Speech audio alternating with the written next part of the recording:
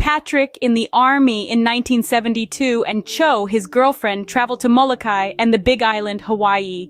We rode the tubes of blue and snorkeled over to Molokai for a 3-day weekend, a distance of 25 miles or so, but our fins made it effortless. The spawning whales, our mammalian cousins, cheered us on. We scaled the high cliffs. The former leper colony made us welcome with drinks and a roast pig. All these islands formed from volcanoes that rose from the ocean floor, and we could feel ourselves getting higher also. The army soon offered a religious retreat to the Big Island of Hawaii, and so we went. It wasn't too bad, for a lot of it was free time for meditation. We meditated on going places, and when we were hitching a ride somewhere, a scientist picked us up and let us go to the Mauna Kea Astronomical Observatory with him, a stroke of luck. Snow was on the Mauna Kea mountaintop, and from there we could almost see forever. As twilight began its end, the scientist let us look through the telescope, just before darkness arrived, along with all the more serious astronomers who had time reserved on it. I saw the wonder of wonders of a million galaxies and nebulas whirling away, as another forever. We also toured the control center at the base of the mountain, where one could also observe via what others were focusing on. We flew back to Oahu to our tented nest in the mountains and slept in. In the year 1972, nestled in the heart of the mountains near Fort Shafter, we find Patrick, a soldier in the army, and Cho, his cherished companion. Their world, a cocoon of shared dreams and adventures, is about to unfurl with the coming of a new day. As sleep's comforting embrace relinquished its hold, they found themselves greeted by the arrival of morning. The sky was set ablaze by the fiery orb we know as the sun, its radiant light bathing the world in a warm glow. The day was theirs to seize, and duty called them forth. Their hearts set on further exploration, they ventured beyond the boundaries of the fort's land, delving deeper into the mountain trails. A mere 20 feet upward led them to the ridgeline, offering a bird's-eye view of their hidden campsite. Yet, it was invisible from this vantage point, a secret sanctuary tucked away from the world. This was the enchanted forest of Patrick's dreams, a place where moonlight danced on leaves and the Pali Mountains played peekaboo through the tunnel. The rare lower trees stood tall, a symbol of resilience amidst the sea of green. Patches of red flowers punctuated the verdant landscape, a vivid reminder of nature's artistry. Here, on the untouched hiking trail, they were the rulers of their own world. Their eyes drank in the beauty, their minds awash with thoughts of the circle of life and energy. The earth, a bluish-green marble, spun on its axis, weaving a tapestry of sea and forest colors. From afar, it looked like a tiny turquoise dot, a hidden gem in the vast cosmos. As they stood there, contemplating the mysteries of the universe, the thought of vanishing from the world crossed Patrick's mind. To exist in this secluded paradise, with Cho by his side, was a tantalizing prospect. Yet the harsh reality of financial constraints loomed, a stark reminder of the world they had left behind. In the grand scheme of things, they were but specks on the canvas of the universe. The energy of life danced around them, flowing through the cosmos at the pace of time itself. Each moment was a fleeting snapshot, to be lived and relived in countless ways, in countless places. As they journeyed back, Patrick's heart was filled with the echoes of their adventure. The mountain trails, the enchanted forest, the hidden campsite, they were all imprinted in his memory. The experience was a testament to the endless possibilities of life and the beauty of shared adventures. The thought of disappearing might have been a fleeting one, but the memories of this day would linger on, etched in the canvas of his mind. Patrick in the army in 1972, and Cho, his girlfriend, are up in the mountains near Fort Shafter in Hawaii, everything and nothing forevermore. Another leaf falls, then the branches. As the trunk rots away its chances, then sinks and mixes into the soil, within which the molecules toil as they of atoms formed the mortal coil, which of stars and electrons and protons became, from the quantum vacuum fluctuations, names for the positive and negative balances of non-existence, that penultimate compositioning of our persistence. Something ever is and must be, for nothing cannot. Energy restrained by time paces its way a lot, this lot neither frozen nor totally reactive to be, forming all and any that is possible eventually. Here we are in this parentheses of eternity, that of nothing's paternity and maternity. We walked back, noting that next time we could ride our motorbikes through the mountains and beyond, in the daytime, via connecting trails, all the way to the North Shore, although it could be dangerous. I offered, "Life on this speck in the cosmos is ever precarious. That it came about at all is both the curse and the blessing. You fought those who would have done away with doctors and professionals, killing them, as all such are ever destined for a bloody end. Such is their life and death. We exist in the middle of nowhere, formed by little or nothing, but in a time of relative ease for some and to non-existence we will return, but hopefully living gloriously in the in-between, doing good but for good's sake, the highest ideal. Onward. We were the king and queen of love in the world. Nothing could stop us." Patrick in the Army in 1972 and Cho, his girlfriend, are up in the mountains near Fort Shafter in Hawaii. We went away for Cho's school break to celebrate our safer lives and our long-lasting love to French Polynesia via Papeete, Tahiti, which was truly in the South Pacific. We were also going to visit the retired general. Of course, in this new year, I had another month's leave. In Tahiti, the sea is neither blue nor green, but is a color in between. The deep dark hole of cold of old Chicago is not here, just the warmth, the glow. Our egos are neither gone nor overblown, but in balance as the known. The calming waves roll, amounting here their toll from the other side of the world. I am beside her, astride the duality of the yin and the yang. There is brightness all about these shifting sands of time, a heart warm beside mine. The birds come down from the sky to pick the table dry as the ghosts of Pacific walk the waves, the captains of old. The wind on through the curtains of the hut flew as I wrote some poems anew. After love was made, we connected, stayed, and in each other's embrace we laid still in place while our senses melted away, and were felt no more that day, having been replaced by a new sense, a joy that lay beyond sense. A realm of calm, deeply felt, as everywhere it dwelt, a sensation both mystical and totally magical. In the heart of 1972, a tale unfolded that was as remarkable as it was poignant. One that began with a young soldier named Patrick, his girlfriend Cho, and an invitation from a retired general in the far-off land of Tahiti. The general, a man of many battles, many victories, and countless stories, welcomed them with a mysterious proposition. "Come, new friends," he beckoned, his voice carrying the weight of untold histories, "to hear of the dark, the light, and the never." Patrick and Cho, young but not naive, accepted the challenge, their curiosity piqued. "We are here, being ever," they replied, a testament to their willingness to step into the unknown. The general's stories were not found in any book. They were tales of a time and place that was never documented, never told. "There are books unwritten and never told," he said, his eyes sparkling with the promise of untold adventures. Patrick and Cho, eager to hear these stories, reassured the general, "We can listen until we get old." Their eagerness was met with an intriguing question from the general. "By what muted shore of the dark river did its strand call us forth?" he asked, hinting at the depth and darkness of the tales yet to be revealed. The couple, undeterred, responded with a touch of humour, "We're sure that we'll never hear worse." The general's tales were not just about the muted shores of dark rivers, but also about the furrowed forests where the Khmer Rouge once roamed. "By what far edge of furrowed forest did the Khmer Rouge seek our name?" he asked, his voice echoing the haunting past.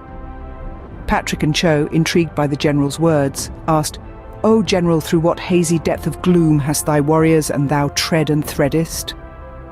Their questions, a testament to their willingness to delve into the depths of the general's past. "Gather thee round and you shall knowest," the general replied, inviting them to embark on a journey through his memories. As the general shared his stories, he revealed a tale of love amidst the chaos of war. He found his enchanted evening in a nurse, a love story that echoed the timeless narrative of South Pacific. This tale of love, war, and resilience is a testament to the human spirit's capacity to find hope in the darkest of times. It reminds us of the power of stories to transport us to different times and places, and the importance of listening to those who have walked before us. The journey of Patrick, Cho, and the general is a story of connection, understanding, and ultimately, the enduring power of love. In the grip of fear, a fading eagle takes flight, soaring over a land desperate and devoid, its flowers abandoned. The earth itself seems to hold its breath, caught in a state of hasty madness, as time itself waits for a sun that has ceased to shine. Cast your mind back to that first fine day when we materialized from the ether. No gentle birth, no cradle's comfort, but a thunderous heartbeat that separated us, the animal, from the plant. We rose, standing tall, though our minds were not yet fully formed, our thoughts stumbling like a drunkard. Then life breathed into us the realization that even churchyards must yawn open now and then.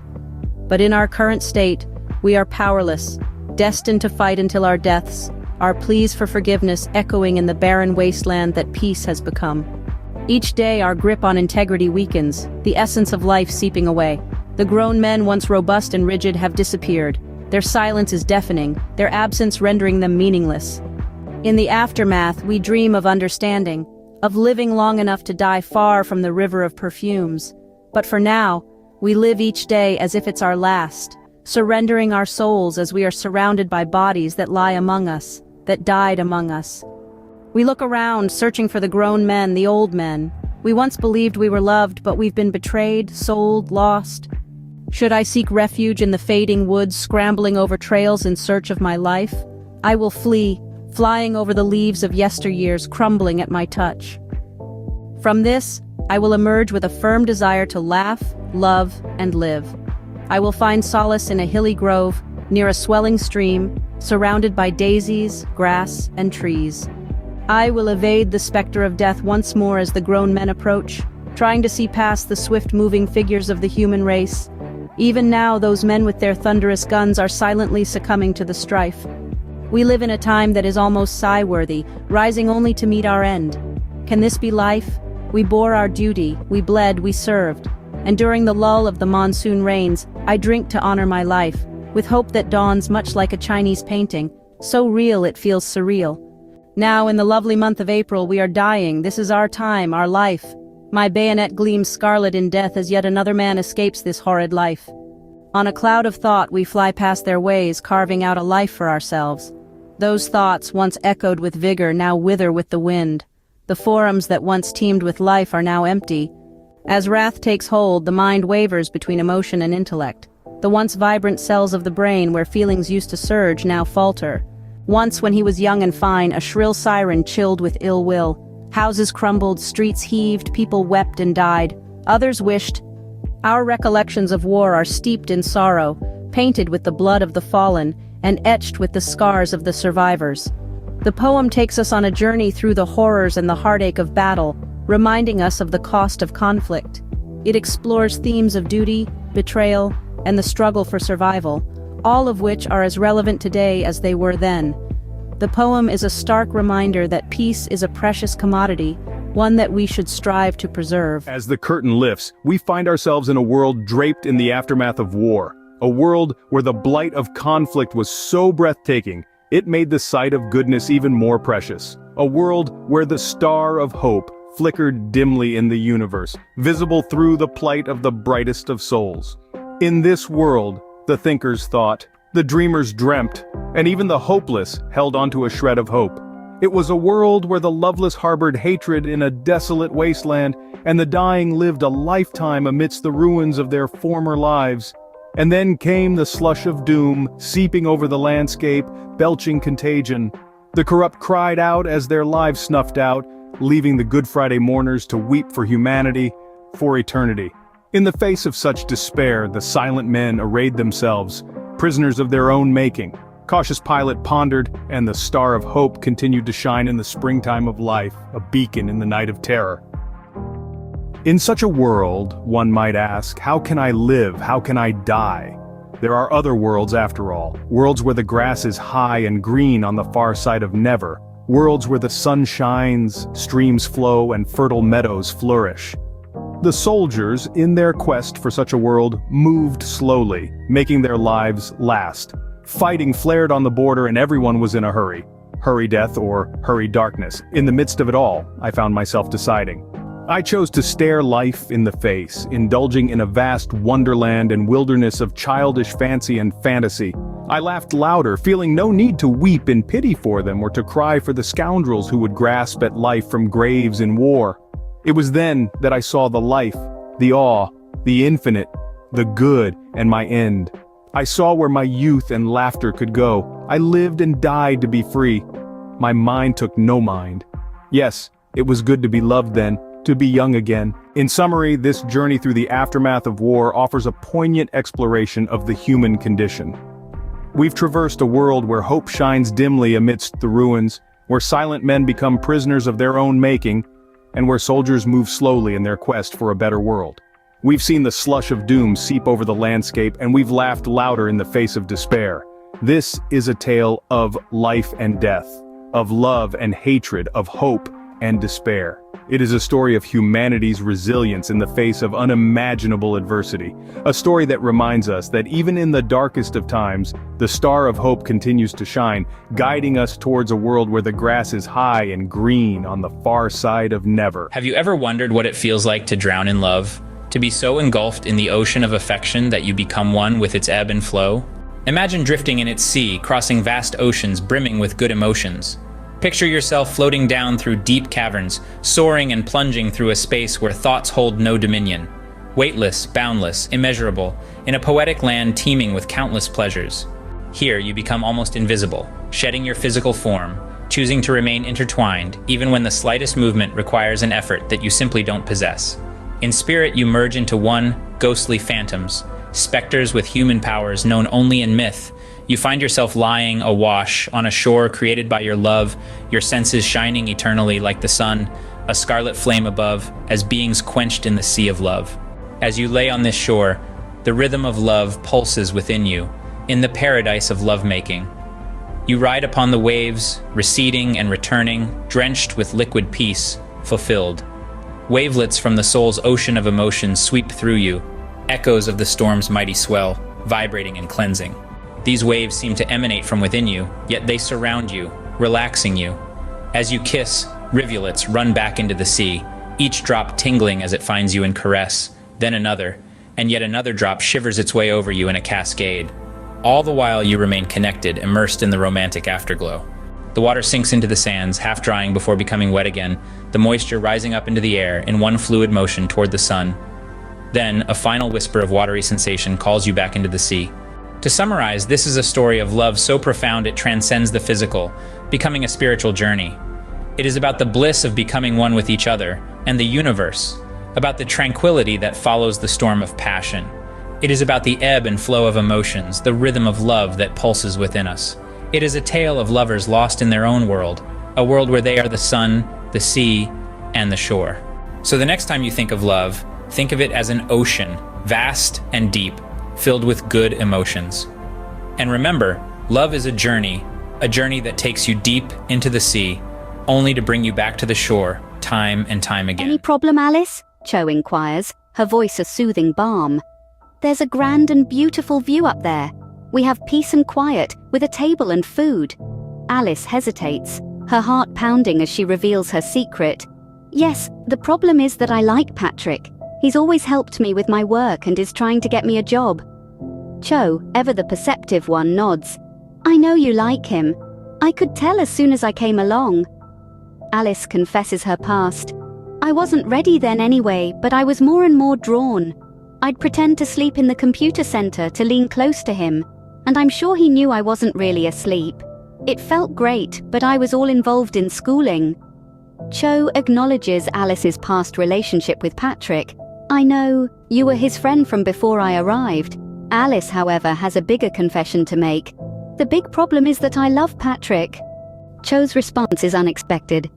We've done 3 with Colleen. Don't bring pajamas, we don't wear clothes to bed. If something happens, just go with it. Alice agrees. Will do. Cho takes the matter into her own hands. I'll call Patrick right now and tell him and ask him before we start work. He's at the fort doing his 1 day of work a week. The war has long been winding down. Alice looks at Cho, her heart pounding with anticipation. And the answer is? Cho grins. The answer is that he's going to buy a roast in Chinatown for us to eat to celebrate your arrival. Alice feels a weight lift off her chest. Thank you. My spirit is lifting, I am growing wings. As the clock strikes 4:30, Cho nudges Alice. It's time to go and ascend the mountain. Grab 3 bottles of Sangria Alegria, it's okay. And so our tale takes a twist. What will happen when Patrick returns? How will this love triangle unfold? Stay tuned for the next episode. Patrick is in the army in 1972. Cho is his girlfriend. Alice hopped on the back of Cho's motorcycle and they picked up some of Alice's clothes and things and then took off on the H1 freeway toward Fort Shafter. The white-gloved MP waved them in and Cho pulled to the side, a ways off, near a pond with rocks and waterfalls and a bench which they sat on. Alice, I'm stopping here for a moment to tell you what to expect, for it's a difficult approach to weather, but I'm good at it. I'll have to go a bit faster since you're on the back. It'll be noisy, bumpy, and quite heart-pounding. Okay, I'm feeling emotional in a good way and raring for adventure after all these years of college study. Are we going all the way to the top? Just about. Hold on tight, it's winding and curving. The extent of our mountain camp retreat is actually within the confines of Fort Shafter, in a scenic part unused for anything else. There are points atop the mountain from which one can see Diamond Head, Tripler Army Hospital, Honolulu International Airport, Hickam Field, the Punch Bowl Crater, Pearl City and Pearl Harbor, and everything in between. Down the road a ways and off to the right, we will approach at high speed a seemingly near impossible steep embankment to breach. And yet, we will surely accomplish it. And after powering up it, there will a long jump through the air from which we will land well, and then a sharp left and sliding turn onto a path 6 feet wide or so that goes up very slightly, at first as it rounds the base of the mountain. But we will keep up some speed until a wide right curve brings us back to another, higher angled traverse, but not that steep, yet really, but ever gaining height on its long way around, which will be about the midpoint. So far it's relatively easy, although slightly rough. Don't try to counterbalance on any of the curves, just go with them, we will not fall. Patrick is in the army in 1972. Cho is his girlfriend and so will Alice be. Alice is still on the back of Cho's motorcycle, Cho describing the mountain trail in Hawaii. Then there is a tremendously steep climb right up towards the ridge, and upon getting there, I must be very careful riding along a 2-foot wide path, for only some bushes separate us from a terrible fall down to the like highway, running far below. I will keep to first gear for power, and so it will be a grind. No stops. There's then a leftish turn onto the higher ridge toward the back of the mountain, and here the trail apparently ends, but the rest of the trail around and down is really just blocked and very treacherous. We could use the other trail for an emergency escape if a fire were coming up the front of the mountain. It seems as there is no retreat there, nor anything much at all, but it is slightly down and beneath, tucked into the cliffside, and so one must walk and climb down a rope ladder or jump to it. However, there is also an invisible and more circular route to it if one is not in the mood, although it is laced with jutting rocks. There, in the nook of an open cave type of arrangement, our tent is tucked in with the wide double cot placed in the back, where the ceiling has sloped down somewhat. The tent doors can usually be left open on the usual fine day.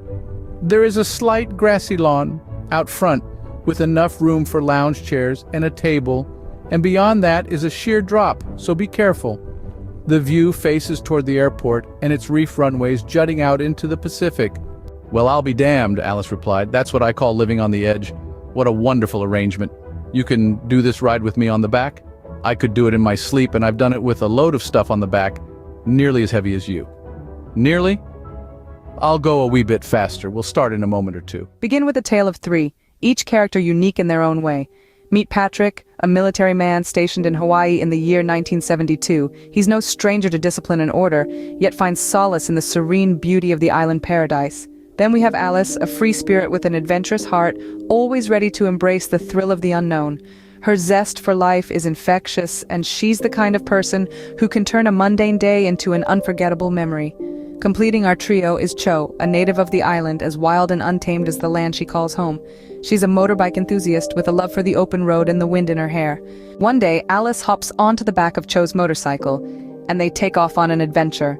With no one around and the thrill of the ride filling their senses, they ascend a hill, the bike soaring through the air before landing smoothly.